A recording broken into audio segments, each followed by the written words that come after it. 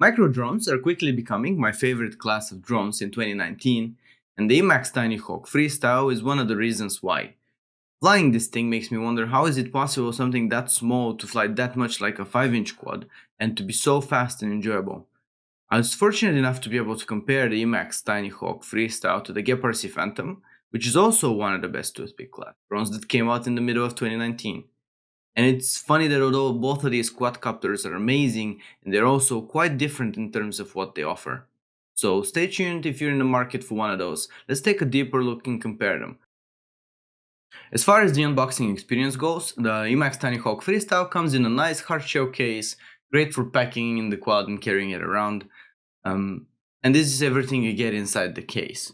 You get a couple of 250 mAh 1S batteries with a PH 2.0 connector, a USB charger board for up to 6 such batteries, some spare screws and standoffs, a manual, and of course stickers. Among the spare parts we find an XT30 connector in case you want to change the PH 2.0 connector the quad comes in. We also have this PH 2.0 jumper that is used to terminate one of the battery's connectors so that you could fly the quad on 1S. You get also 2 full sets of Avon Rush 2.5-inch props, and of course the quad itself. The all-in-one board and the camera used in the Tinyhawk Freestyle are the tried and tested ones from the Emax Tinyhawk S F4 Maytech 411 with a 5A ESC. The frame is a carbon fiber unibody frame supporting a top-mounted battery.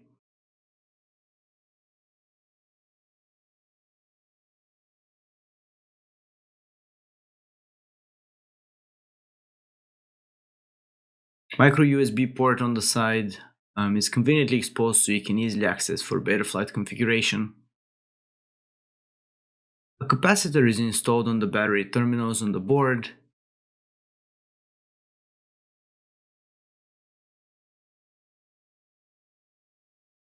The built-in SPI-based receiver's antenna is guided out the back and is not likely to get chopped off by the props, but do pay attention to that.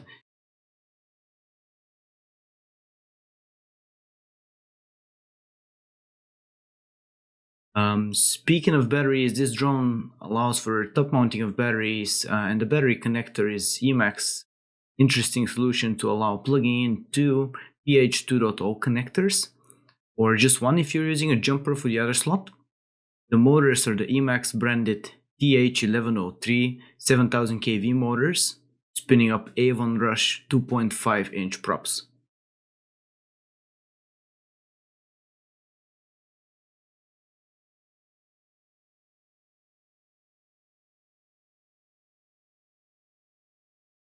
We have a CMOS camera in the front that cannot be easily adjusted, but that's probably fine for most use cases. 25 milliwatt VTX and a VTX antenna coming up and away from the side out of the props reach again. The quad comes in at 46.1 grams dry weight.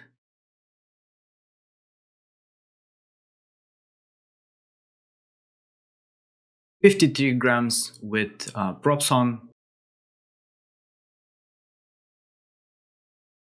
and 78.2 grams with props and 2 batteries. The overall build quality of the drone is pretty high. A lot of minor details handled very professionally and neatly. As always, reluctantly, I've smacked it around quite a bit while flying over concrete, and I've had no issues with any of the components so far. Finally, a quick note on the provided charging board. Not a biggie, but the battery slot plastic did fell off for me when I was disconnecting a battery already on the first try. You can put it back, but do pay attention. You could also use another board that is of not unbelievably much better quality, but still handles a little bit better. And it also allows charging on the go via an XT60 source plug.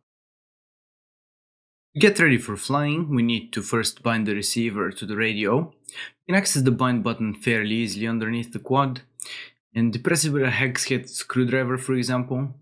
If you're starting from scratch, chances are you don't yet have your props on, but if you do, please take them off before you get into Betaflight and into the next bit of the configuration.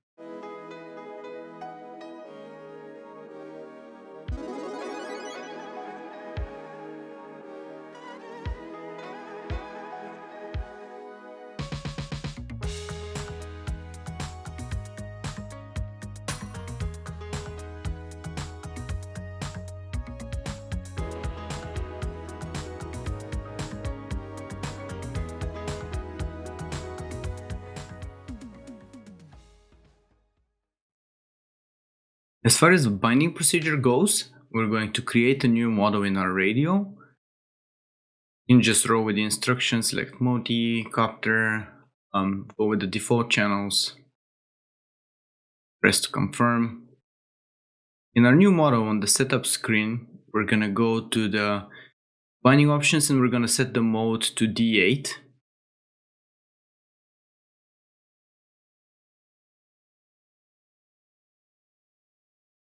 Next, we're going to actually plug in the quad and get ready to press the bind button. You don't have to do it simultaneously. You can first power on the quad and press the bind button afterwards. Makes it a bunch easier.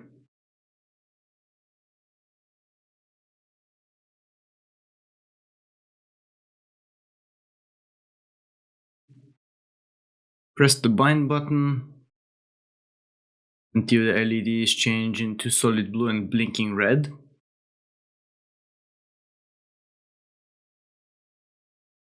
And now we can press bind on the video.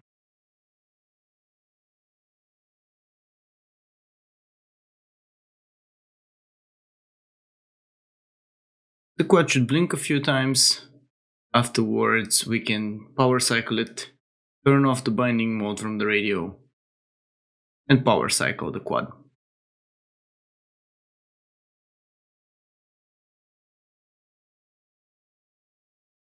If we power it on again, we should make sure that we actually have an active link.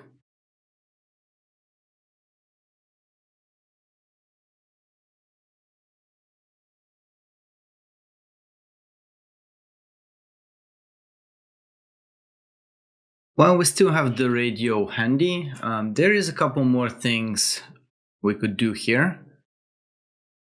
We could go to the mixer tab and configure a couple of switches that we could use. For example, an arming switch on channel 5. Go to source and then flip the switch. The radio picks up which switch would correspond to channel 5. And we can do the same for channel 6 and assign another switch.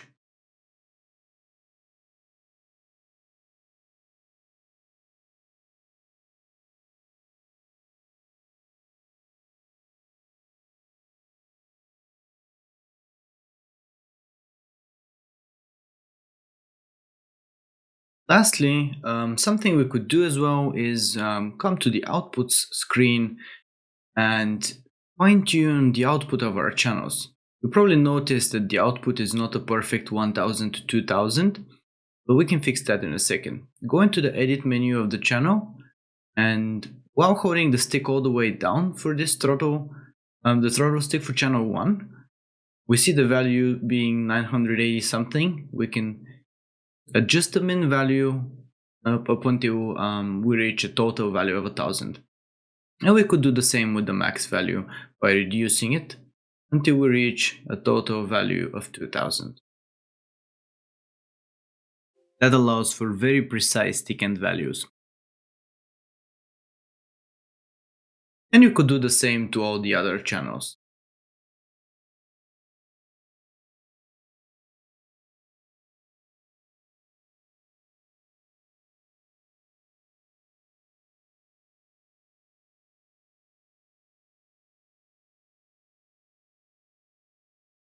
Next, let's jump into Betaflight. On the setup screen, as always, you can calibrate the accelerometer. You can also try and move the craft around just to make sure that all the directions are fine. Not much to do on the ports tab. smart audio setup. On the configurations tab, first thing to notice is that motor direction is props in mode. Pay attention to that when putting on the props. I like turning off motor stop, so if that's on, I always turn it off. You can change the name of the craft that you see in the OSD. This craft comes with an SPI based receiver.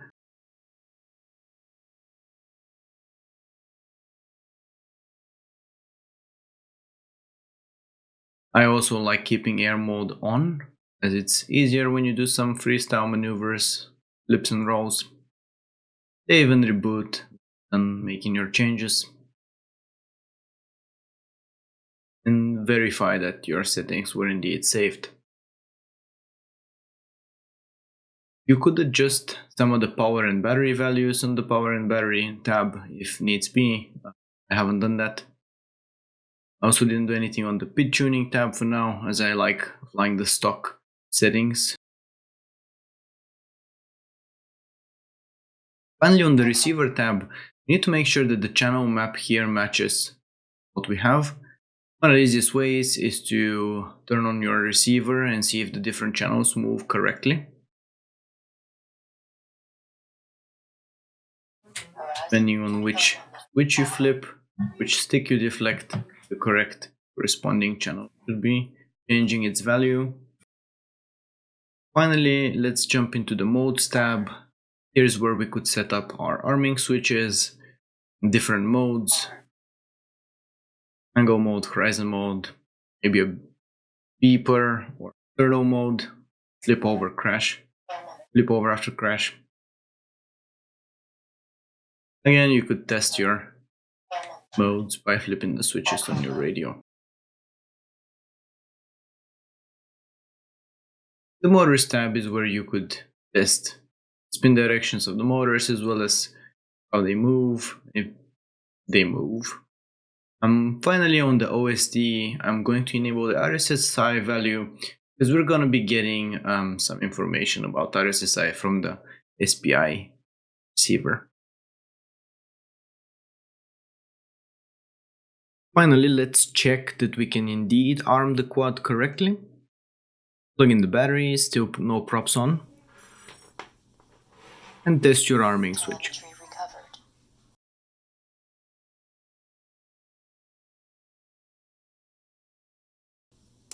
Seems to be fine. Next, we're gonna put the props back on. Pay attention again for the correct orientation. The quad is in props in mode, so you should put your props on pretty much on the way that I've lined them on the screen.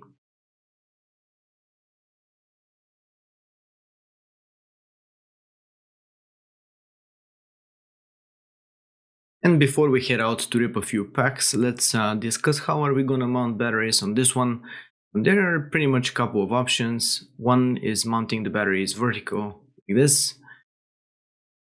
It's fairly easy. The cables are away from the props and should not really get snipped.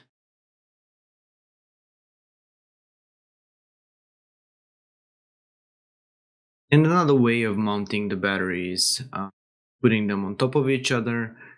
Each battery's lead going in a different direction. And this one works fine too. The Emax Tinyhawk Freestyle flies spectacularly. One of the quads that flies so well that there is absolutely no need for extra tuning out of the box. I just want to fly it all the time. It handles well in terms of flight characteristics, handling in turns. The flight times are pretty lengthy.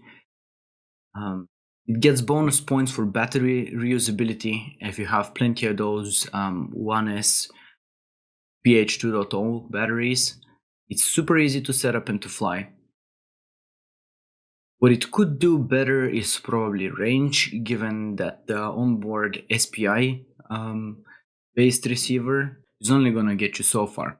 For the maiden flight, I went with two 1S 450 mAh stock batteries, and immediately as soon as I took off, I noticed how much power this thing actually has and how locked in the tune really was. Awesome job by Emax right there. A big part of the way the Emax Tinyhawk Freestyle handles in turns is, I think, due to the amazing Avon Rush 2.5-inch tri-blade props. Those really give you precise handling. At the same time, what was interesting to me was that they don't seem to consume a ton of amps either. And the Tinyhawk Freestyle is really lightweight and zips around so fast. You really won't be able to believe how fast it goes from the moment you take off until you're done with your battery. Something to note is that the camera is a 4x3 camera, and depending on what your goggles, you're using, if you're in 16:9 mode, there could be like some time needed to adjust to the slight fisheye effect. The Tinyhawk Freestyle flew so well on those 1S 450 mAh batteries that I actually had no desire to test it on any other batteries. In fact, we can also have a look at another flight where I flew on just one of those 450 mAh batteries, and I used the provided jumper in the other slot in order to be able to run the quad on just one S battery. And funnily enough, the quad almost flew and performed in a similar fashion as it did on 2S. Maybe I would say like up to 70-75% of the performance, which I actually was quite surprised. In addition, the flight time also, although it dropped by half a minute to a minute, it didn't drop that much. Even on one battery, you could probably still get at least 3.5 minutes of flight time. While if you're using two batteries, you would probably get up to 4.5 minutes, maybe even 5 minutes, depending on how you fly. I think that whole part about the batteries is probably going to be one of the biggest upsides of this drone, depending on whether you have a lot of those PH 2.0 connector batteries. I had like a lot of those batteries from previous micro drones, and it was really cool that I'm actually able to reuse those batteries with this quad while not sacrificing really any performance. It flies amazingly, and you just enjoy flying the quad. That's really it. I think this for a lot of people is going to be a big deal. Again, if you've made that investment into a lot of those PH 2.0 batteries. The only other battery I tried flying the quad one was I had this Eachine 300 mAh 1S LiPo, and I still got flight time of over 4 minutes, believe it or not, with no voltage sags. So yeah, amazingly performing quad right there. In terms of flight characteristics, as I mentioned, the quad flies really smoothly, the tune is locked in, it's gonna go exactly where you point it at. It handles amazingly in turns. I am a little bit curious to try out maybe some bi-blade props, but I haven't got around to it, and I'll admit that I just didn't really see the need to. Just maybe for the lows in science, I would still carry out that test, but in reality, the quad performs so well with these props that I just want to fly it, and that's what I've been doing it. Moreover, I've been catching myself pretending to be a racer with this quad by just like really zipping around as quick as possible and really enjoying that speed and handling. It's been awesome. I also don't have a lot of ideas for upgrading this quad further. I don't think that's gonna be one of those quads where you could put an HD camera on, some sort of a split camera, just because the quad is already so lightweight and you really want to keep it that way. Because I think in this case, this quad really benefits from its lightweightlessness. My ideas for testing things on it are mostly connected with different prop combinations. I could be curious to try to attach a full range receiver, but if I'm honest, if I'm just zipping around close by, I don't think that I necessarily care about it that much with this one. Something to consider is that if you catch yourself in a situation where you're one of the people that actually doesn't have a lot of those types of batteries with the PH 2.0 connector, but instead you have batteries, say, with an XT30 connector, you do get provided an XT30 adapter. So technically speaking, swapping that out would be a fairly straightforward thing to do, and then you could utilize those batteries. I would, however, stress that I would not fly this quad on anything less than 400 milliamp hour, and ideally 450s are a really good size for it, in my opinion. So, conclusion time then. 2019 really has been a great year for all of these micros and toothpick quads. They've been exploding all over the place. There are a lot of amazing and really great value toothpick class drones out there. I feel like the best thing about them is that you can pick the one that is directly tailored to your situation.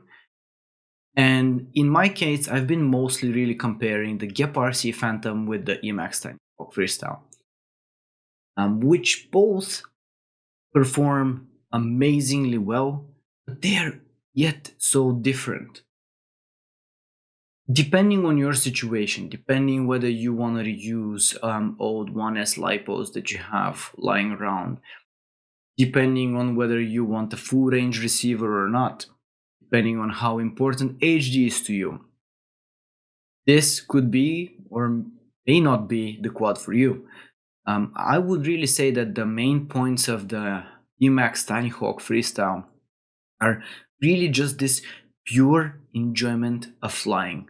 I don't think I can say it better. The tune being so locked in and the sense of speed you get with this quad just zipping around is absolutely amazing. You just gotta try it for yourself to believe it. This thing really does feel like a 5-inch drone. Super cool. On the other hand, some of the drawbacks worth mentioning are the lack of a full range receiver. If that's important to you, if you do want to go further than say 150 meters around yourself, well, that may not be the quad for you. Maybe look for something else with a full range receiver, like the Gep RC Phantom, which does have such options. But regardless if you're just getting into the hobby or you have been flying drones for a while, the Emax Tinyhawk is really synonymous with the word fun and amazing flight experience. Just take it for a spin and enjoy. Either way, have fun and happy flying.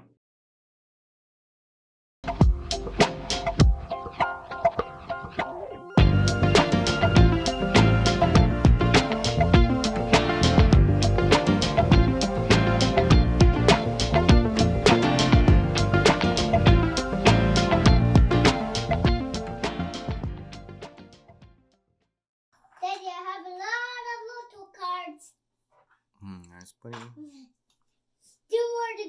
Three more to go, Daddy. 1,